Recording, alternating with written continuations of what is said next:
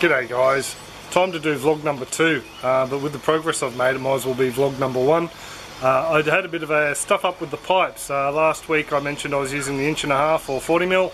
Yeah, Paul Van, thank you very much sir, pointed out that the flow rates that I had were pretty much will be stretched to their limits with that size pipe. So I've gone and drilled out the holes and turned them into 50mm or 2" lines. So I'll just give you a quick look. We've just got them coming out there, and from there I've got them running down to a single 3" or roughly 3" or a 90mm stormwater pipe, still for potable water, and that's running down into the radial flow filter. No, we said finger. There's a finger. So that's pretty much, well, the big change to the system so far this week. Haven't built the slow to go in here. Well, it's a bit blurry. Haven't built the slow to go into there yet, but I've built a couple of the fittings to go on the base, so that's all hunky-dory. In here, got the stormwater pipe coming through. Just a quick note, time for a little tale. This stormwater pipe, it was a real effort to try and get it through these 3" uni seals. It was really full on.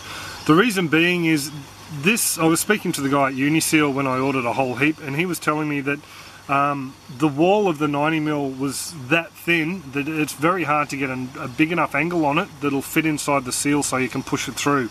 So I thought, yeah, we'll have a crack, and I tell you what, it was really full on. I had 3 goes at trying to get it through there by filing the edge down. I was almost going to pack it in and just wait till tomorrow and order some 80mm pressure pipe from the plumbing store. It's going to cost me an arm and a leg if I do that. I think it's well over $10 a metre to buy it.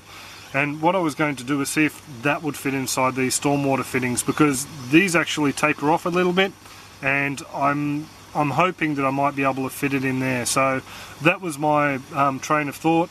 And then I thought, well, let's get a little bit creative, Robert. And I grabbed a hose clamp, and I put a hose clamp around the edge of the pipe, and then I hit it with the heat gun. And then once it was a little bit pliable, I tightened up the hose clamp, and that reduced the diameter of the pipe. And I did that 2 or 3 times until I got it to a position where I thought it was small enough. Came back here, had a good crack, used a bit of a end cap from the stormwater just so you don't cut the palms of your hands basically, and forced that pipe through there. It's worked, so I'm not too sure whether I'll go the 80mm pipe yet, but yeah, we'll just wait and see. It might come in handy when I expand that hole there and try to fit pipe between this tank, which is the radial flow, and the biofilter, which is that one there. Don't know why it's upside down at the moment, but anyway. I would like a large diameter pipe to go between the pair of these guys, just so I don't have any flow rate issues. So yeah, there's a little bit of a tale. Definitely a job and a half, so I'll see how I go with the 80mm. Just for you guys, Stephen and Craig, it is a real full-on effort, guys, to get that stuff through there, so you've been warned. Yeah, but other than that, that's pretty much, well, a little bit of an update on the build. Just show you down here, what I've got is a 50mm straight joiner, just a slip joiner. These guys here are a step-up adapter that goes in the stormwater drains. What I've had to do is cut off the 40mm, just so this 50mm adapter goes straight over the top there. And yeah, that's just fits straight into the stormwater tee. So hunky-dory, all glued in, nice and ready to go.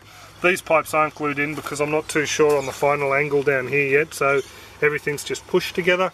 I might have to increase the angle of this pipe yet, so just take you up this end here. On the end here, for people who are worried about flow rates, what I've gone and done is put an access coupling on here, just so I can unscrew that. I don't know whether I'll put a rubber seal in there or just use the plumber's tape. And what that means is I can put a brush or a rag on a string basically through there, and I can drag that all the way down through to the radial flow filter, and I can pull it through and take any collected solids out. So as you can see at this end, it's sitting on a paver and a bit of brick, timber. It's not the final design for this. I will have some proper purpose built stands in the end. This is just what I'm working with. But as you can see, it's got about 150, or a little bit less, about 120mm drop, I'd say, from here all the way down to where the filter is down the other end there. So just down in there. So there you go. I suppose that's pretty much all bringing up to speed. I will have a few other issues like the tap there. It's obviously pointing straight out there into where that line is. I'm going to pull that tap out there and place it down here in this tank, and that'll be the drain port for this one. And what I'll do for that one there is I'll get a angle, just a 90-degree elbow, push it through on some glued pipe, and then have the tank coming out, the tap coming out at an angle, so that way I can still access that if it needs to be drained. So there you go, guys, that's pretty much what we're bringing up to speed. Yeah, it was a real pain. I've just got to reiterate, that was a real pain. So hopefully the 80mm pipe, if I speak nicely to the guys at the plumbing supply place, I'll be able to get it at a half decent price. So it's not generally a size that's stocked here in Australia.